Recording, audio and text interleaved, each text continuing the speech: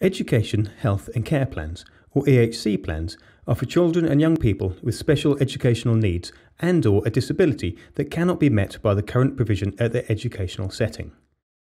An EHC plan sets out what the child or young person's special educational needs are, their aspirations, the desired outcomes, and how these needs and outcomes will be met.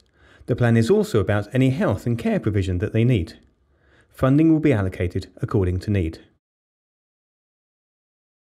EHC plans are for children and young people from 0 to 25 years old. They cover educational settings from early years through to schools and FE colleges, as well as supported employment and apprentices. EHC plans also cover children who are homeschooled. If the child or young person already has a Statement of Special Educational Needs and Disability, or SEND, they will get an EHC transfer review. There's more about this later on. If you're a resident in Bath and North East Somerset, the EHC Needs Assessment and EHC Plan are coordinated by the local authority, Bath and North East Somerset Council. The plan is a legal document. The local authority will only make a decision about going ahead with an EHC plan after we've taken into account the child or young person's and their parents' or carers' views, wishes and feelings. The Special Educational Needs and Disability Panel, usually referred to as the SEND panel, make all decisions. You can get impartial information, advice and support about EHC assessments and plans from the SEND Partnership Service. The process. First, an EHC assessment needs to be requested. You or your child's educational setting can ask for an assessment. Young people aged 16 and older can ask for an assessment in their own right. A request for an EHC assessment is usually made when, despite the best efforts of the educational setting, the child or young person isn't making the progress that you'd all expected. All requests for assessment are considered, and the local authority will let you know their decision within 6 weeks. If the decision is not to go ahead and do an EHC assessment, you may ask a senior inclusion officer from the Special Educational Needs and Disability team to meet with you. They can help you in the educational setting work out why you feel your son or daughter's needs are not being met.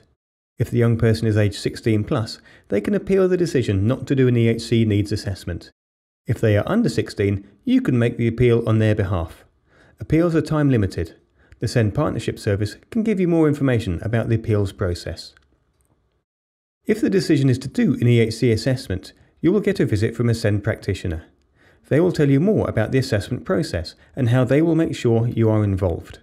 You can also have support from an independent supporter. The SEND Partnership can tell you more about this. Now the local authority consults with everyone who is important to the child or young person's education, health and care. The child or young person, parents or guardians, an educational psychologist, the educational setting and health and social care professionals. Professionals are required to reply to our request for information. You and your son or daughter can also ask the local authority to talk to other professionals that are important in the child or young person's life, such as a speech and language therapist. An EHC assessment can't be completed without listening to everyone. During the assessment, you and the child or young person should be asked what matters to each of you and your aspirations for the future. You will all be asked how you feel these aspirations and the desired outcomes can best be met. These might be identified by a one-page profile or a My Future, My Choice document. This part of the process takes up to 10 weeks.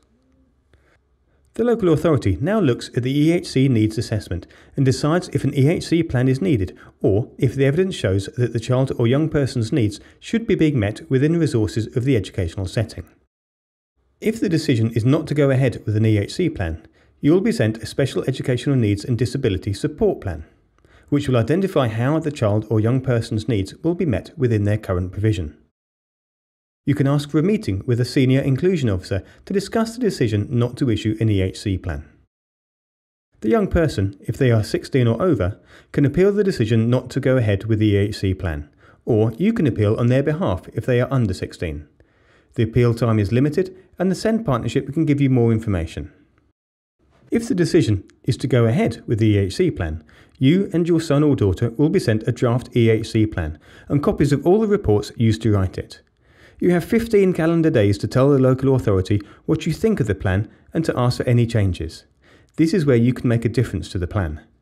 You can also say which educational setting you want your son or daughter to attend. Next, the educational setting will be consulted. They have 15 calendar days to respond. At this stage, you, or the young person if they are 16 or over, can ask to have a personal budget prepared. The local authority will consider each request for a personal budget on a case-by-case basis, based on the principle of increasing the participation of children, young people and their parents in decisions about their provision and control over how that provision is delivered. Now the final EHC plan is sent out, naming the educational setting that your son or daughter will be attending. This might be where they go now, or it could be somewhere new, depending upon what you have requested and whether the local authority agrees that this is the best place to meet their needs. As well as you and your child, the final EHC plan must also be sent to the educational setting named in it and to the Clinical Commissioning Group. The Clinical Commissioning Group agrees the funding for any health needs in an EHC plan. The whole process should take no more than 20 weeks. If the child or young person already has a statement of special educational need and disability, they will have a transfer review. The transfer review is the same as an EHC needs assessment. If your child would have continued to have had a statement under the current system, they will need to be reassessed for an EHC plan. All transfer reviews must be completed by the 1st of April 2018. If your child has an LDA, a Learning Difficulty Assessment, they will also have a transfer review. These must be done by September 2016. It can seem like a long and daunting process, but it is important to make sure that your son or daughter's educational needs are being met in order to help them achieve their aspirations and their desired outcomes. If you want to know more about the EHC plan process, or if you think your child has additional needs, you can get impartial, confidential and prompt information, advice and support from the SEND Partnership Service. You might like to look at our online resources first, or contact us by phone or email.